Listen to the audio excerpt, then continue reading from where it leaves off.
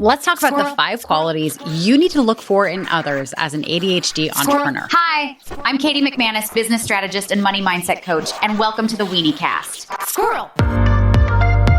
Sitting here recording this podcast, I'm thinking back, and my business is the longest job I've ever had in my life.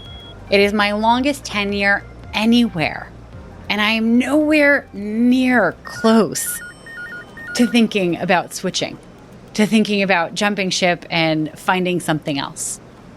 I'm expanding it and I'm changing it and I'm evolving it, but it's still my business and it's still the thing that I want to do every single damn day. Again, that would not be possible if I were surrounded by people who constantly harped on how hard it is. So here are the 5 qualities you want to seek out in your business owner on purpose comrades in arms. Number 1, they love what they do. And this has to be heartfelt. This can't be like, oh my God, I love what I do, blah, blah, blah, blah, blah, blah, as part of their marketing scheme. This has to be a genuine thing that this is the work that lights them up. And it's the reason they get out of bed every single morning. I mean, their loved ones and their dog and their children and all that stuff might also be a good reason why they get out of bed in the morning. But this is a big one. This is a big part of that pie, okay? We don't want to discount other parts of people's lives. Number 2, they're not just in it for the money, although the money is a huge benefit. Meaning they are successful, but they don't measure their success purely by the dollars coming into their bank account. They measure their success by the impact that they're having with their clients and on the world. When you're surrounded by people who care about how they're impacting the world around them, you will constantly be motivated to do the same in your own business. And I'm a firm believer that income follows impact. If you are focusing on creating positive impact, you will create positive income for yourself. Number 3 is they have a can do, and if we think we can't do it, we're going to figure out how to do it spirit. Where other people see obstacles and walls and think, well, guess that's the end of that line. We're just going to give up and go home. These people see a challenge. They see an opportunity for them to use their creativity and tap into their resources and their network to find a way around the wall or to break the wall down completely. Full transparency, I said 5. I didn't have 5. I'm making them up as I go. So we might have to go back and change it to like 4 or 3. I do that with webinars too.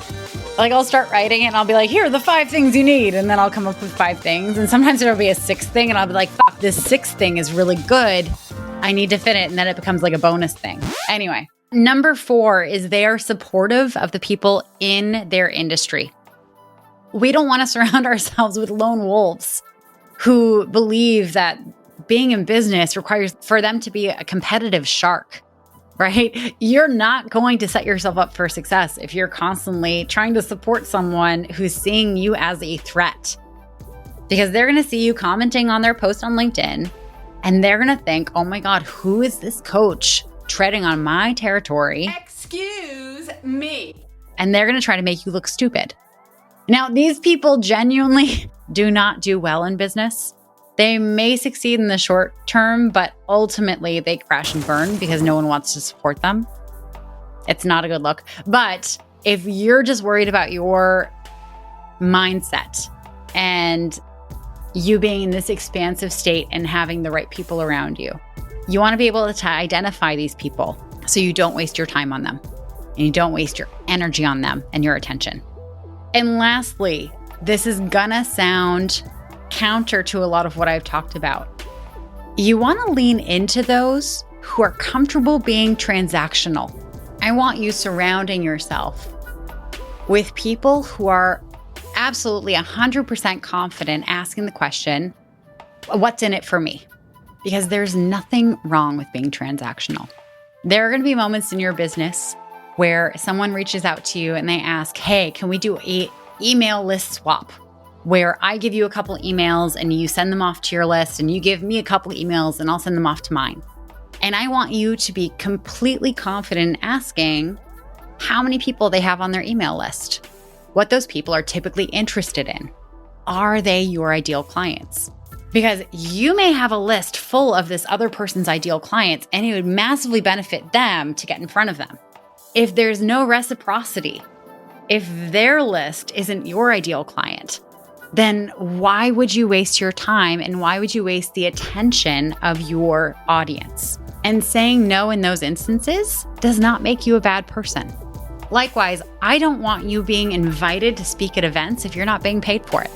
This is something that really grinds my gears, and I can't believe I just said that saying, but it grinds my gears, especially when I see women empowering organizations, quote unquote women empowering organizations, reach out to female speakers, asking them to speak at their events, and then saying what you'll get out of it is you'll get exposure.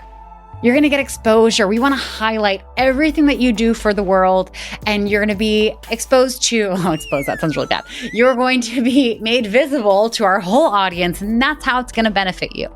No, you're charging for tickets. You're charging for sponsors. You have a budget for the venue. You have a budget for food. You have a budget for Wi-Fi. Make a budget for speakers. If you really empower women and support women, stop asking women to do work for free. They are providing a massive value to you. They are your entertainment. You would not expect Blink-182 to show up and perform a whole set at your event without being paid. Likewise, even just a DJ, not to shit on DJs, just a basic DJ who does weddings, you wouldn't expect them to show up and do a whole wedding and do it for free for quote unquote exposure.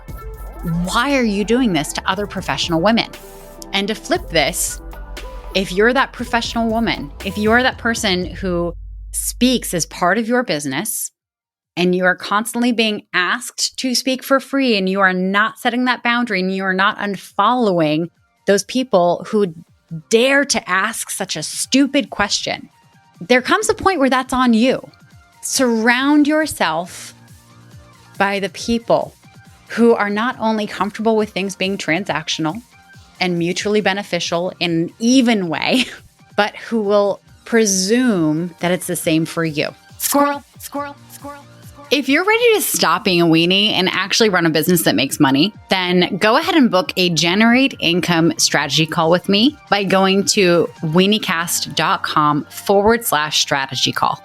On this call, we will talk about your goals, your dreams, and your frustrations in getting there. And if it's a fit for both of us, then we can talk about different ways to work together. Excuse me. Squirrel, squirrel, squirrel, squirrel.